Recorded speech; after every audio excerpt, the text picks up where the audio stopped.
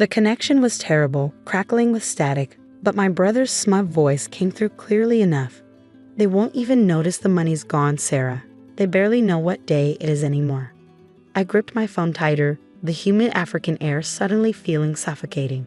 10,000 miles from home, standing outside a rural medical clinic in Uganda, I was listening to my brother brag about stealing from our elderly parents. "How much did you take, David?" I asked, keeping my voice steady despite the rage building inside me. He laughed, that familiar dismissive laugh I'd grown to hate. "All of it. Their savings, retirement accounts, everything. About 3 million total. Consider it my inheritance, just a little early. My name is Sarah Mitchell, and at 34, I was facing a crisis I never imagined. I'd spent the last year working with Doctors Without Borders, setting up medical clinics in underserved communities. Meanwhile, my younger brother had been systematically draining our parents' life savings, taking advantage of their declining mental health. They're our parents, David, I said quietly. How could you do this to them? Oh, spare me the moral high ground, he sneered. You're the one who abandoned them to play hero in Africa. At least I've been here, checking on them every week. Checking on them. Right? More like manipulating them, gaining their trust while I was away. Mom's calls over the past few months had been increasingly confused, mentioning strange bank transfers and missing statements. I should have seen it sooner. I'm coming home, I told him. Don't bother, he replied. By the time you get here, the money will be long gone. And who do you think they'll believe? Their devoted son who visits every week, or their absent daughter who couldn't even come home for Christmas? The call ended abruptly, leaving me standing in the African heat, my mind racing. David thought he had won, thought his months of careful manipulation had given him the upper hand. What he didn't know was that I'd been 10 steps ahead of him for months. 6 months earlier, during a rare visit home, I'd noticed something off about our parents' behavior. Dad, once sharp as a tack, was struggling to remember basic details about their finances.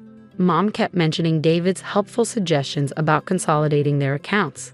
That's when I called Grace, my best friend and one of the top financial crimes attorneys in Boston. Someone's isolating them, she'd said after reviewing their bank statements, moving their money around, changing their account access. Classic signs of elder financial abuse. I'd spent that visit quietly gathering evidence, copies of suspicious transfers, recordings of my parents' confusion, documentation of David's sudden involvement in their finances. Then I put safeguards in place that he knew nothing about. Now, as I walked back into the clinic where I'd been working, my phone buzzed with a text from Grace. It's done. Everything we documented has been sent to the FBI's Elder Fraud Division. They're moving on the accounts now.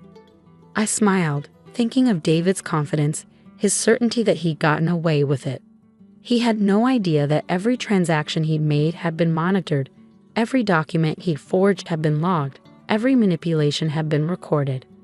My colleague, Dr. Chen, looked up from his patient charts as I entered. Everything okay? You look worried. It will be, I said, pulling on fresh gloves. My brother just made a very big mistake. The next few hours were a blur of patients and procedures, but my mind kept drifting back to Boston. Grace would be executing our plan now, freezing accounts, filing emergency petitions, setting everything in motion. During my lunch break, I checked my email to find updates from our team of specialists.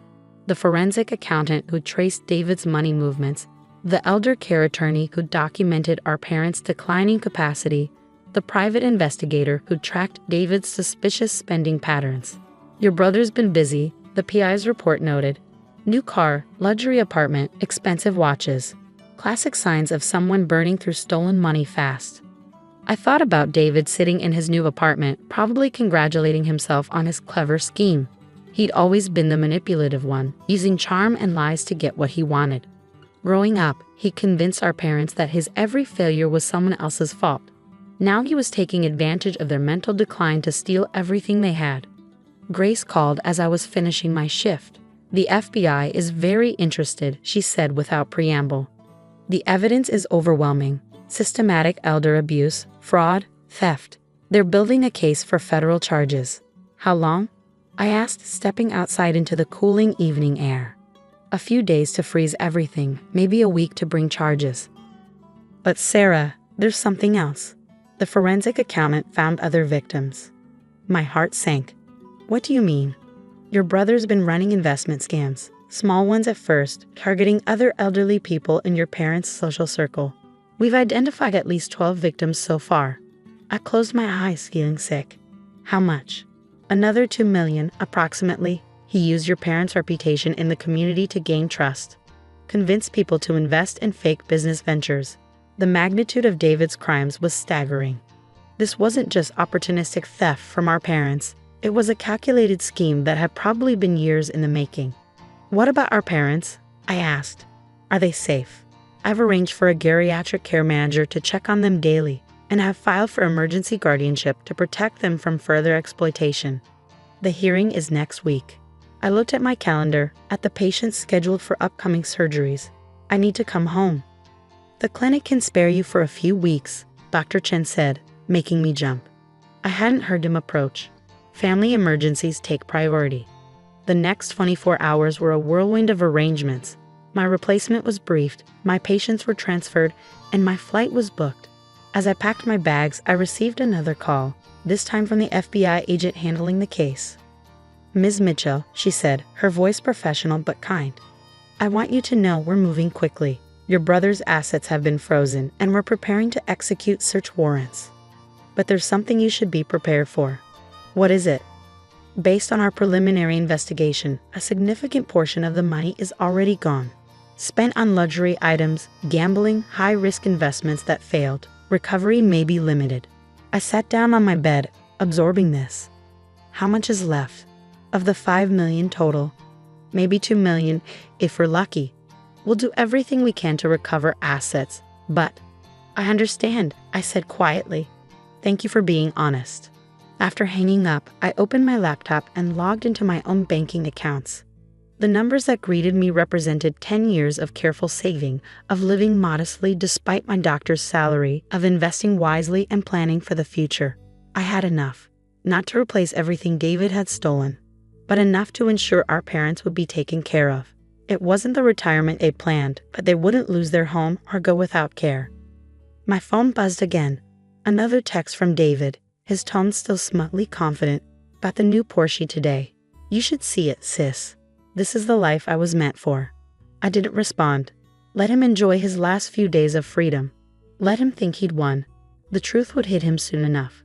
The flight from Uganda to Boston was long, giving me time to think about how things had gone so wrong.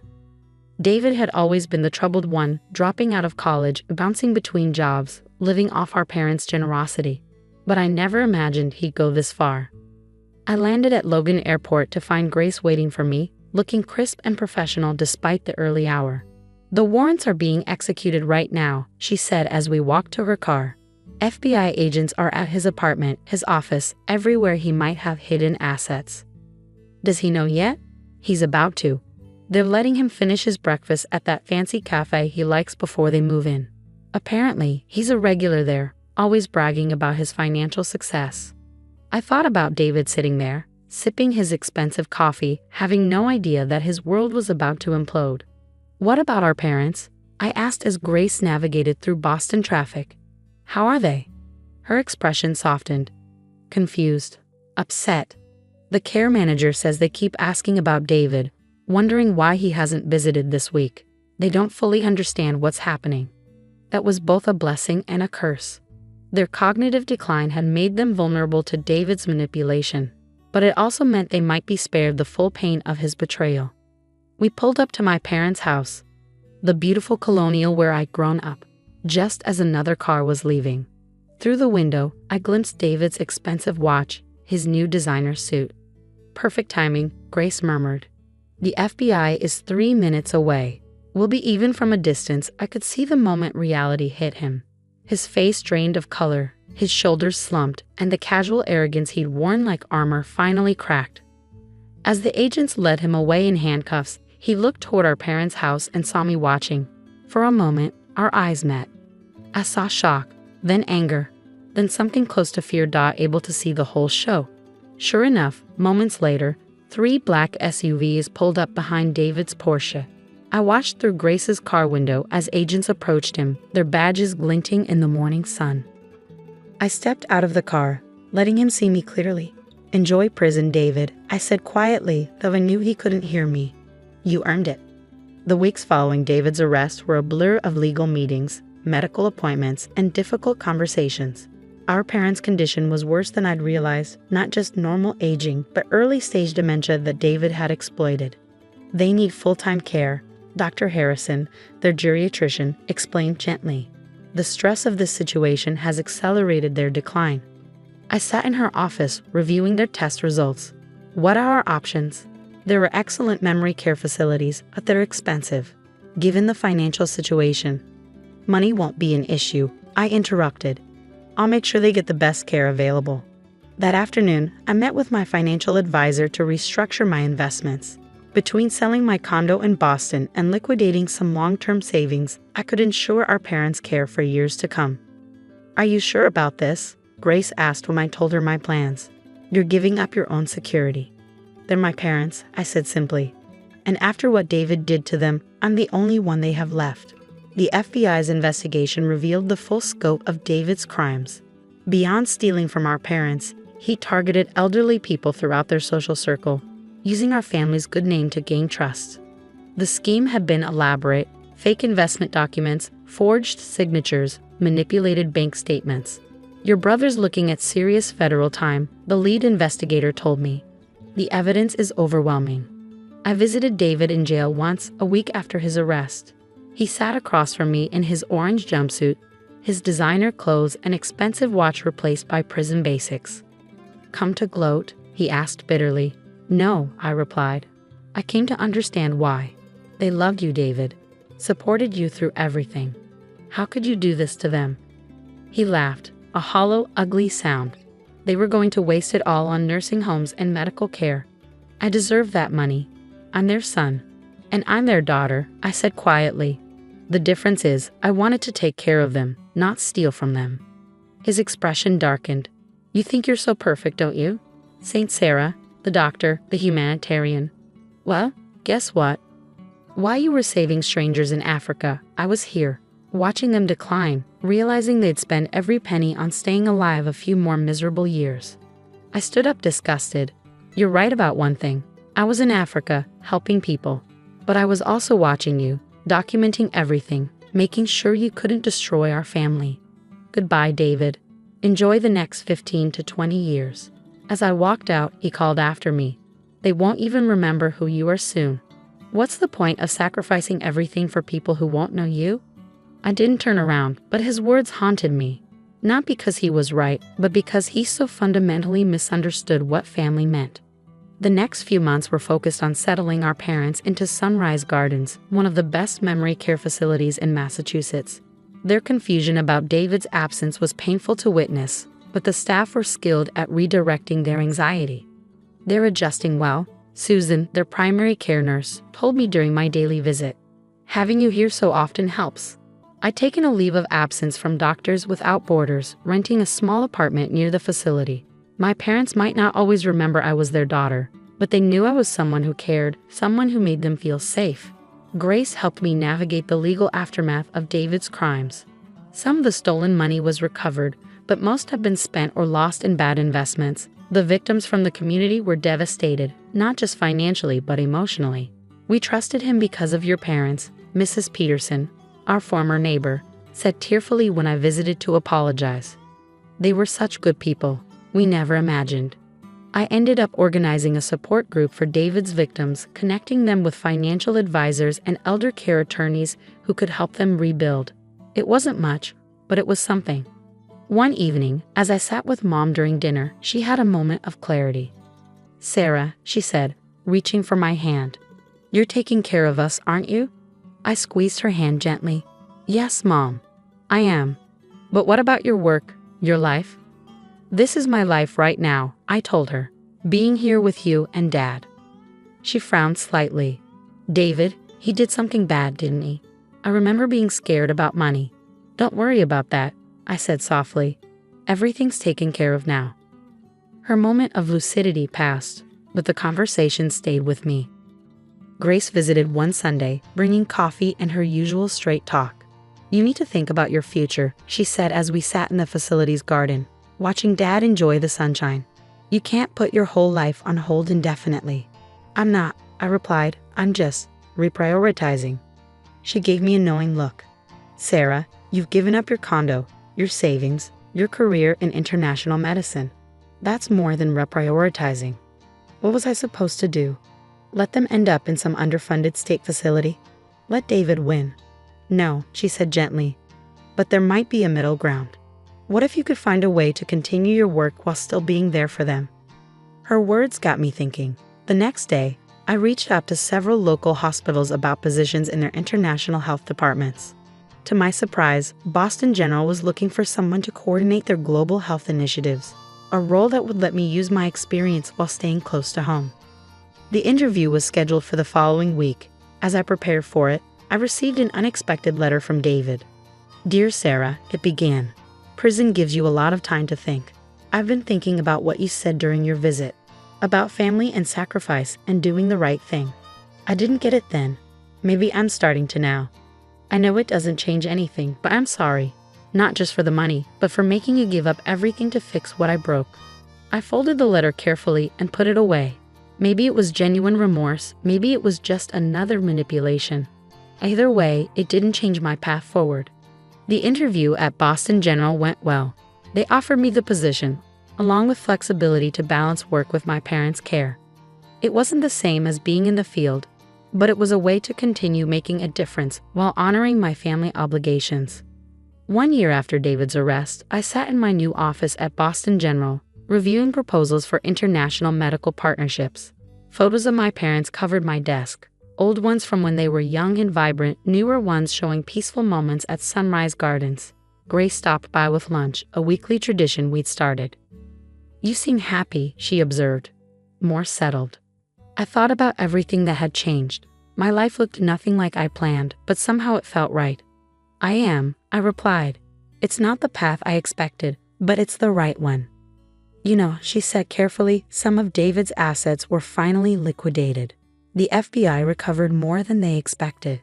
It's not much, but it might let you recoup some of what you spent on your parents' care. I shook my head. Keep it for the other victims. They lost their security, their trust in people. They need it more than I do. Grace smiled. I knew you'd say that. That's why I already filed the paperwork to create a victim compensation fund. That evening, I visited my parents as usual. Mom was having one of her good days, recognizing me immediately. My beautiful girl, she said, hugging me. Always taking care of everyone. I learned from the best, I told her. As I watched them at dinner, Dad carefully helping Mom with her food, both of them still showing such tenderness despite their struggles. I thought about David's words in prison. What's the point of sacrificing everything for people who won't know you? He'd never understood that love isn't about recognition or reward. It's about doing what's right, about honoring the people who gave you life and love, about standing up when others try to cause harm. My phone buzzed with a text from Grace. Victim Compensation Fund is official. You're on the board of directors. No arguments. I smiled, thinking about how life has a way of leading you exactly where you need to be, even if it's not where you plan to go. David had tried to destroy our family for money. Instead, he'd given me the opportunity to show what family really means: sacrifice, love, and the strength to do what's right even when it's hard. As I helped my parents back to their room, Mom grabbed my hand suddenly. Sarah, she said, her eyes clear and bright for a moment. You're a good daughter. The best daughter. The words brought tears to my eyes, not because I needed to hear them, but because even in her confusion, even after everything that had happened, my mother's love still shone through. Thank you, Mom, I whispered. I learned from the best parents. Later that night, as I walked to my car, I thought about the journey of the past year. I lost my savings, changed my career, and completely restructured my life. But I gained something too, a deeper understanding of what matters, of what it means to be family. David might spend years in prison regretting his choices, or he might never truly understand what he'd done wrong. Either way, I knew I'd made the right choice, because sometimes the biggest victories come not from what we gain, but from what we're willing to give up for love.